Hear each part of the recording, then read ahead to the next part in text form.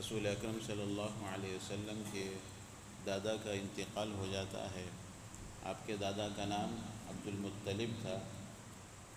آپ کے دادا نے رسول اکرم صلی اللہ علیہ وسلم کے چاچا ابو طالب کو وصیت کر کے گئے تھے کہ میرے بعد اس بھتیجے کی تم کفالت کرنا۔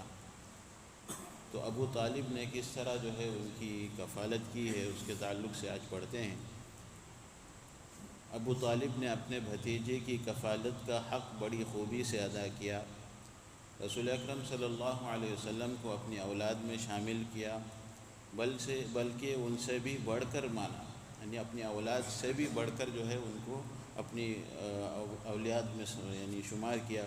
مزید اعزاز و احترام سے نوازا، 40 سال سے زیادہ عرصے تک قوت پہنچائی، اپنی حمایت کا سایہ دراز رکھا، آپ صلی اللہ علیہ وسلم ہی کی بنیاد پر دوستی اور دشمنی کی۔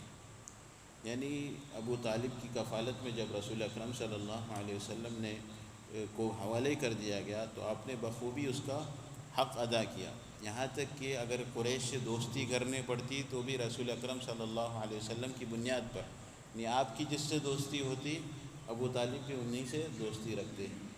آپ کی کسی سے دشمنی نہیں، لیکن جو قریش رسول اکرم صلی اللہ علیہ وسلم سے دشمنی رکھتے تھے، ابو طالب ان سے دور رہتے تھے، ان سے بھی دشمنی رکھتے تھے۔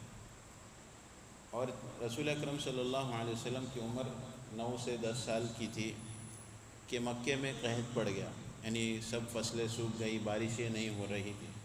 تو مکے والوں نے قریش نے جو ہے ابو طالب سے شکایت کی کہ قحط پڑ گیا ہے، چلیے دعا کرتے ہیں۔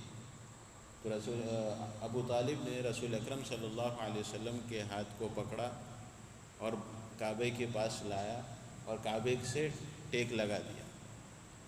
آسمان میں ایک بادل نہیں تھا۔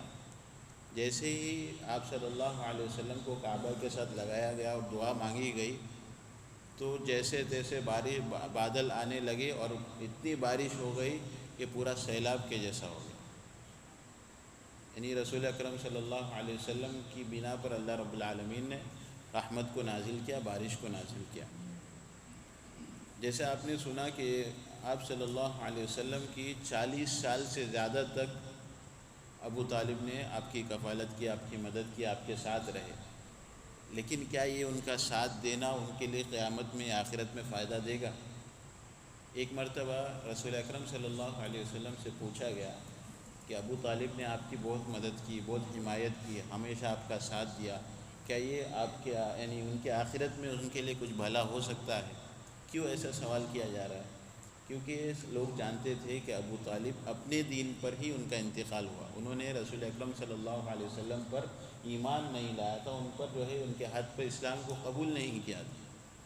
تو رسول اکرم صلی اللہ علیہ وسلم جواب دیتے ہیں کہ سب سے جو کمتر عذاب ہے وہ انہیں جہنم میں دیا جا رہا ہے۔ سب سے کمتر عذاب کیا ہے؟ وہ عذاب کہ آگ کے جوتے جو ہے پہنائے جا رہے ہیں، آگ کے جوتے پہنائے جا رہے ہیں، جس کی بنا پر دماغ جو ہے ابل جاتا ہے، کھول جاتا ہے۔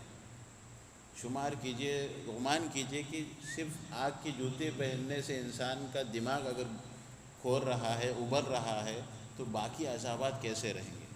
اللہ ہم سب کی حفاظت فرمائے۔ یہ کیوں ان کو جو ہے ان کو بھی عذاب سے نہیں محفوظ کیا گیا؟ اس لیے کہ انہوں نے شرک کو نہیں چھوڑا۔ رسول اکرم صلی اللہ علیہ وسلم کی خالص دعوت کیا تھی؟ توحید کی طرف آنا، اللہ کو جو ہے اکیلا مان کر اس پر ایمان لانا۔ اگر اللہ کے ساتھ کوئی بھی شریک کرتا ہو، کوئی انسان بھی اگر شریک کرتا ہو تو اس کے اعمال پورے برباد ہو جاتے ہیں۔ تو رسول اکرم صلی اللہ علیہ وسلم کے اتنے قریبی، ہمیشہ مدد کرنے والے، ان کو بھی عذاب جہنم سے پناہ نہیں جب تک کہ وہ ایمان نہ لائیں۔ اسی لیے جب ان کا انتقال ہونے لگا ابو طالب کا، تو رسول اکرم صلی اللہ علیہ وسلم کہنے لگے کہ ایک مرتبہ آپ لا الہ الا اللہ کہہ لو، کیونکہ لا الہ الا اللہ کا وہ مطلب جانتے ہیں۔ آج ہمارا ایسا حال ہے کہ لا الہ الا اللہ بولتے ہیں لیکن اس کا کیا مطلب ہے، اس کے کیا تقاضے ہیں، اس کا یعنی اس کو نہیں جانتے۔ ابو طالب جانتے تھے کہ لا الہ الا اللہ کا مطلب کیا ہے۔ رسول اکرم صلی اللہ علیہ وسلم بار بار تلقین کر رہے تھے کہ آپ ایک مرتبہ کہہ دیجئے، میں آخرت میں آپ کے حق میں یعنی جھگڑا کروں گا، یعنی اللہ سے جو ہے مانگوں گا کہ مجھے جو ہے جنت میں داخل کر، لیکن توفیق نہیں ملی۔ جو دوسرے دوست تھے ابو جہل یہ سب، انہوں نے ان کو گمراہ کر دیا۔ تو اصل جو اسلام کی دعوت ہے وہ توحید کی دعوت ہے، اور اس کے ساتھ ساتھ دیگر دعوت ہے۔ توحید اسلام کی بنیاد ہے، اگر یہ بنیاد نکل گئی، ٹوٹ گئی، ختم ہو گئی تو اس کے کوئی اعمال کا کوئی فائدہ نہیں ہوتا۔